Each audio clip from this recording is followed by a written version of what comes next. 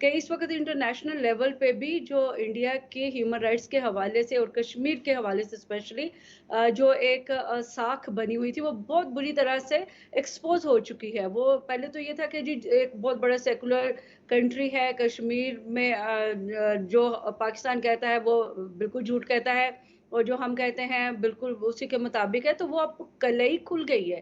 اور یہ جو ابھی آپ نے کہا کہ صرف انڈین عوام نہیں بلکہ انہوں نے انٹرنیشنل میڈیا, انٹرنیشنل جو اسٹیبلشمنٹ ہے, انٹرنیشنل جو لوگ ہیں جن کی اس وقت ایک کنسرن تھا ہیومن رائٹس کے حوالے سے مقبوضہ کشمیر میں, ان سب کی آنکھوں میں دھول جھونکنے کی کوشش کی ہے. لیکن وہ یہ بھول گئے ہیں کہ جو چہرہ وہ کشمیر کا دکھانا چاہتے ہیں دنیا اس نظر سے نہیں دیکھتی, دنیا اپنی نظر سے دیکھتی ہے. اور جو پاکستان کے حوالے سے انہوں نے ایک چال چلنے کی کوشش کی ہے, تو یہ مت بھولیں کہ انڈیا کا ہمیشہ سے یہ وتیرہ رہا ہے کہ وہ اپنے گھر میں خود ہی کارروائی کر کے خود ہی ایسے حالات پیدا کرتا ہے کہ جس کے اوپر انٹرنیشنل میڈیا کی اور انٹرنیشنل لابیز کی اور کانگریس کی اور اسٹیبلشمنٹس کی توجہ مرکوز ہو تو اس کا الزام وہ ڈال دیتا ہے پاکستان کے اوپر. لیکن اب یہ گیم جو ہے دنیا کے سامنے کھل چکی ہے, تو میں نہیں سمجھتی کہ انڈین عوام جو ہے وہ اب اتنی بے وقوف ہے کہ وہ ان کی چالوں میں آئے گی یا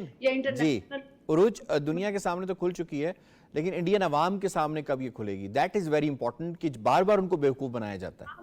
طرف سے ریزسٹنس آ رہی ہے یاسر صاحب. میں آپ کو بتاؤں کہ اب جو انڈیا کی اپنی عوام ہے وہ بھی یہ کہہ رہی ہے کہ مقبوضہ کشمیر کے لوگوں کو حق خود ارادیت جو ہے وہ دے دیں, ان کو ووٹ کا حق دے دیں, اور جو میجورٹی آف پیپل ہے ان کشمیر, آپ ان کے جو خواہشات ہے اس کے مطابق آپ جو ایک وے آف گورنمنٹ ہے, فارم آف گورنمنٹ ہے, وہ قائم کرے وہاں پر. اور یہاں پر تو یہ ہوتا ہے کہ یہ کوئی اب نئی کہانی نہیں ہے, یہ بہت عرصے سے ہم دیکھتے آ رہے ہیں, ہم بچپن سے دیکھتے آ رہے ہیں, اور ہمارے بچپن سے پہلے ہمارے پیرنٹس نے بھی شاید یہی دیکھا تھا کہ انڈیا خود ایسے حالات پیدا کرتا ہے. جو بھارتی افواج ہیں وہ کشمیریوں کے گھر میں گھس کر نہ صرف یہ کہ چادر چار دیواری کی پامالی کرتی ہیں بلکہ ان کے چھوٹے بچے بھی نہیں دیکھتی, ان کو بھی اٹھا کے لے جاتی ہے.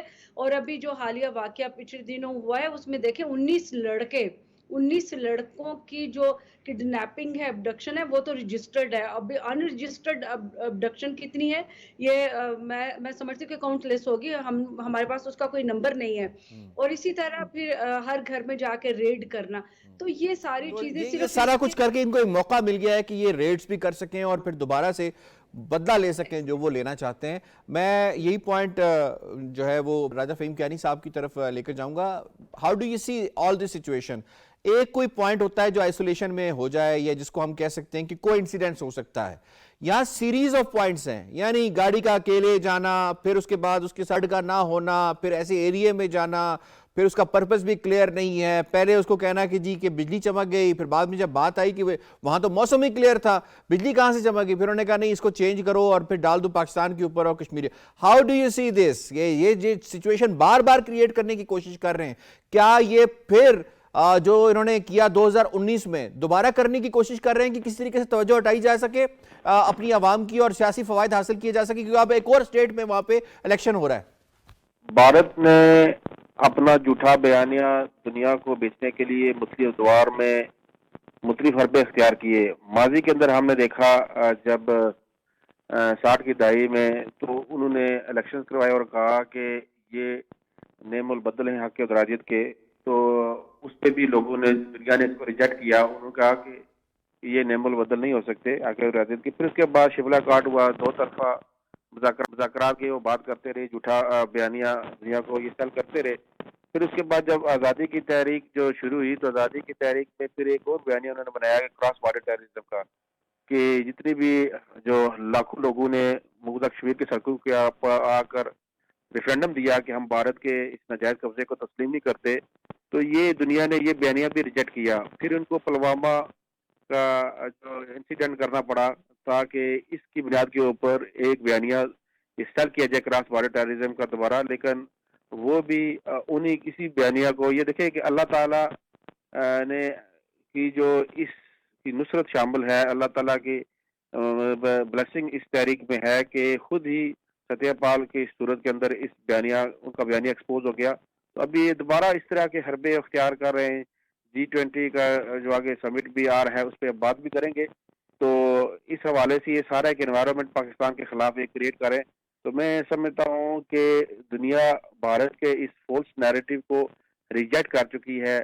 ایک دوبارہ سے ایک ماحول بنانا اور پلوامہ کے جو تو چلیں اس کے ساتھ ساتھ ایک اور پوائنٹ کا بھی آپ جواب دے دیجیے گا کہ اب کتنا انٹرنیشنلی، کیونکہ آپ تو بڑے وہاں کے جو انٹرنیشنل ایونٹس ہوتے ہیں اس کے ہب میں رہتے ہیں، لنڈن میں، انگلینڈ میں، تو آپ کیا صورتحال وہاں پہ دیکھ رہے ہیں؟ اب کتنا انڈیا ایکسپوز ہو گیا؟ جو بیانیہ پہلے یہ آ کے سیل کرتا تھا ہاؤس آف کامن کو، ہاؤس آف لارڈ کو، وہاں کی جو پار سرکلز ہیں ان کو، یورپ کے اندر، یورپی یونین کے اندر، یورپین پارلیمنٹ کے اندر، کیا اب انڈیا اتنی ہی توانائی کے ساتھ، اتنی ہی سرت کے ساتھ اور اتنی مستند انداز کے ساتھ وہ سیل کر رہا ہے، اور کیا وہ خرید رہے ہیں اس کو؟ فارن افیئرز کمیٹی کی آفیشیل میٹنگ ہوئی ہے ابھی، تو اس میں 4 انڈین ایکسپرٹ بلائے تھے، ایک پاکستانی ایکسپرٹ موجود تھا، 5 افراد تھے. اس میں ممبرز آف پارلیمنٹ ہوتے ہیں، اس کو چیئر کر رہے تھے کنزرویٹو پارٹی کی. یہ آفیشیل میٹنگ ہوتی ہے جس سے پالیسی بناتے ہیں برطانیہ. تو وہاں پر کنزرویٹو پارٹی یہ کوشش کرتی ہے کہ بھارت کو اس لیول پر ٹف ٹائم نہ دیا جائے تاکہ اس سے تجارت کرتی ہے، اس سے اکنامیکل بینیفٹ لینے ہیں بریگزٹ کے بعد. لیکن وہ بھی کہنے پہ مجبور ہو گئے کہ آپ کشمیر کے اندر ہیومن رائٹس وائلیشن کمٹ کریں، اور آگے سے بھارت کے ایکسپرٹ کہہ رہے ہیں کہ برطانیہ کو کوئی رائٹ نہیں ہے کہ ہمیں ہیومن رائٹس کے اوپر آپ لیکچر دیں. تو وہ آپ پوری ایک ڈیبیٹ سنیں تو آپ کو وہ چائنا اور انڈیا پہ موجود تھی، تو وہ ساری کی ساری ڈیبیٹ جو ہے 80% کشمیر پہ ڈائیورٹ ہوگی. اور وہ تمام ایم پیز نے جو وہاں پر آفیشیل میٹنگ تھی، یہ جو سائڈ لائن میٹنگ نہیں تھی، اس سے پالیسی بناتا ہے بھارت اپنا برطانیہ. اس میٹنگ کے بعد جو مختلف کمیٹیز ہوتی ہیں آفیشیل، جس طرح یہاں پر بھی پارلیمنٹ کی آفیشیل کمیٹیز ہوتی ہیں جو مختلف ایکسپرٹس کو بلاتے ہیں، تو جس میں سپریم کہہ رہے ہیں کہ بری طرف سے ایکسپوز ہو چکا ہے ہر لیول کے اوپر. وہ ڈیبیٹ سنیں 1.5 گھنٹوں کی، تو آپ کو پتہ چلے گا کہ کس طریقے سے کشمیر کا کیس یہاں کے ممبرز آف پارلیمنٹ نے جو لڑا ہے. اور سر آپ کا پوائنٹ آ گیا. مجھے کوئکلی پروگرام کے دوسرے موضوع کی جانب بڑھنا ہے. G20 کے حوالے سے ہم بات کر رہے ہیں، بھی ہے، مذمت بھی ہے، اور کشمیری اس کے اوپر سراپا احتجاج بھی ہیں. پاکستان میں بسنے والے کشمیری، پاکستان کی حکومت اور انٹرنیشنل سطح کے اوپر جو ڈائسپورا ہے وہ بھی اس کے اوپر بہت زیادہ تنقید بھی کر رہا ہے کہ یہ ان کنٹریز کا رائٹ ہی نہیں بنتا. تو کچھ شارٹس ہیں ہمارے پاس، آپ سے پہلے وہ شیئر کر لیتے ہیں، پھر اس کے بعد بات کریں گے. The government must ban entry to BJP officials from India who've called for racist and genocidal violence against Muslims and other minorities in India. And Canada should reject any G20 activities planned in Kashmir and refuse to attend these activities while these human rights abuses continue. G20 summit in the illegally occupied territories of Kashmir and Ladakh.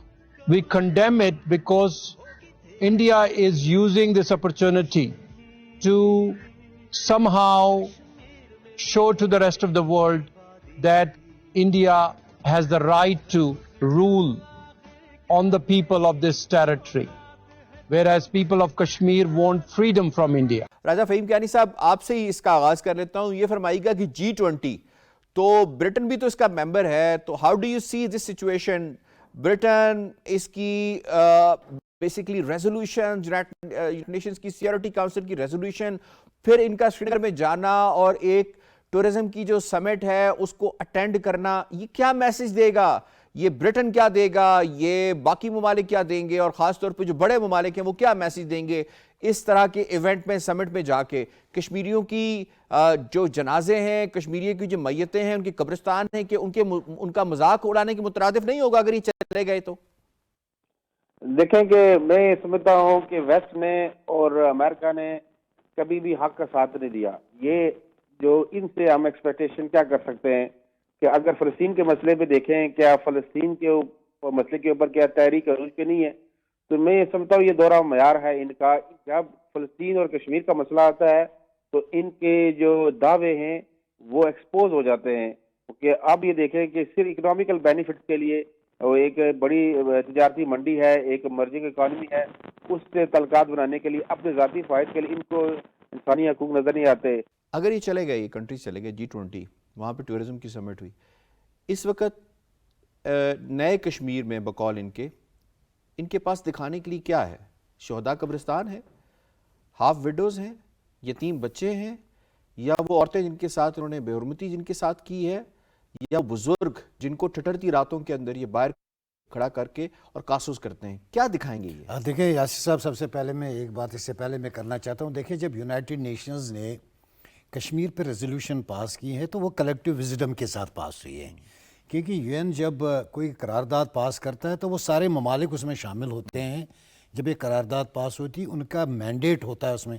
ان میں سے بیشتر ممالک نے اس کو ان قراردادوں کا indoors کیا, اور time and again وقت کے ساتھ ساتھ ہم نے دیکھا کہ اگر ہم دیکھیں یہ برطانیہ کی ہی چھوڑی ہوئی لیگیسی ہے. جب پارٹیشن ہوا تو انہوں نے یہ آپ سمجھے کہ اس وقت چھوڑا یہ ڈسپیوٹ ان ریزالوڈ, اور اس وقت جو وہاں پہ لارڈ ماؤنٹ بیٹن تھے انہوں نے ایک رستہ ہندوستان کو گرداسپور سے چھوڑا. ان کی لیگیسی ہے یہ, ان پہ ان کی اخلاقی ذمہ داری بھی بنتی ہے کہ وہ اس سمٹ کو اٹینڈ نہ کرے. اگر ہم پھر اس کے بعد یورپی یونین کو دیکھیں تو یورپی یونین نے ماضی میں 2019 میں انہوں نے سینکشنز کی بات کی تھی کہ انڈیا پہ سینکشنز لگائے جائیں کیونکہ وہاں پہ ہیومن رائٹس وائلیشنز ہو رہی ہے. اس کے بعد جرمنی کو دیکھ لیں, جرمنی کے ساتھ 2022 میں جب انہوں نے شیئر کیا dais foreign minister Bilawal Bhutto Zardari سے, ان کی جو فارن منسٹر تھی, انہوں نے کہا کہ یونائٹڈ نیشنز کی ذمہ داری بنتی ہے وہ اس ایشو کو ریزالو کرے. دیکھیں ہندوستان نے چونکہ یہ سمٹ کروانا تھا انڈیا میں, لیکن چونکہ اس کا وینیو ہندوستان نے ڈیلیبریٹلی کشمیر جو اس کو آئیڈینٹیفائی کیا, یہ کسی اور جگہ بھی کروا سکتا تھا ہندوستان میں, لیکن کروا پائے گا نہیں. میں کہتا ہوں کروا سکتا تھا, یہ تو دوسری بات ہے نا کہ جب اس نے کشمیر میں یہ سمٹ کروایا وہ ایک پیغام دنیا کو دینا چاہتا ہے کہ جی بالکل کشمیر ہم نے پیسفل بنایا ہے, یہاں خاموشی ہے, جبکہ مقبوضہ کشمیر میں قبرستان کی خاموشی ہے. آپ دیکھیں پوسٹرز ہمارے لڑکے چھاپتے ہیں, آپ نے پوسٹرز دیکھے ہوں گے, کیونکہ جب ہم اپنی بات کو نہ میڈیا پہ نہ یوٹیوب پہ نہ آپ سوشل میڈیا پہ چھاپ سکتے ہیں تو آپ وہاں کا لڑکا جو ہے ریزسٹنس کا اس کا یہی طریقہ کار ہے, وہ مختلف جگہوں پہ پوسٹرز لگاتا ہے اور اویئرنیس کرتا ہے. اور میں آپ کو وثوق سے کہوں گا کہ بے شک یہ سمٹ ہو جائے, دیکھیں 10 لاکھ فوجیوں کے بندوقوں کے سائے میں سمٹ تو آپ کر سکتے ہیں, لیکن کشمیر میں آپ کو مکمل بتا دیں, ذرا فیلنگز بتائیں کشمیریوں کی. دیکھیں سمٹ ہو رہی ہوگی, نہیں دیکھیں ہم نے بات کی ہے نا کشمیریوں کے ساتھ. دیکھیں ہم نے ان دنوں میں ہم اسی پہ بلکہ آج بھی ہم اس پہ میٹنگ کر رہے تھے. دیکھیں کشمیریوں کے پاس ایک ٹول ہے جو وہ اس کو ریجیکٹ کریں گے ود ون وائس کی, وہ اس دن ہڑتال کریں گے, اسٹرائک کر لیں گے. ہم نے کبھی دیکھیں ہندوستان نہ کسی انٹرنیشنل آرگنائزیشن کو کشمیر میں آنے دیتا ہے, نہ کسی این جی او کو, نہ آئی این جی او کو, نہ کوئی چیریٹیبل آرگنائزیشن. جو بھی وہ لاتا ہے وہ پیمپر ڈیلیگیشنز لاتا ہے. ماضی میں بھی انہوں نے یورپی یونین کی ڈیلیگیشن لائی, ان کو بندوق کے سائے میں کسی سے ملنے نہیں دیا. آئے نا یہ جو آپ آج یہ G20 کا ان کو کھلا چھوڑ دے, کشمیری سے ملنے دے دے نا, وہ خود انالائز کرے کہ کشمیر کی کیا سچویشن ہے. وہ کریں گے نہیں. جامع مسجد پہ بند تالا دیکھیں.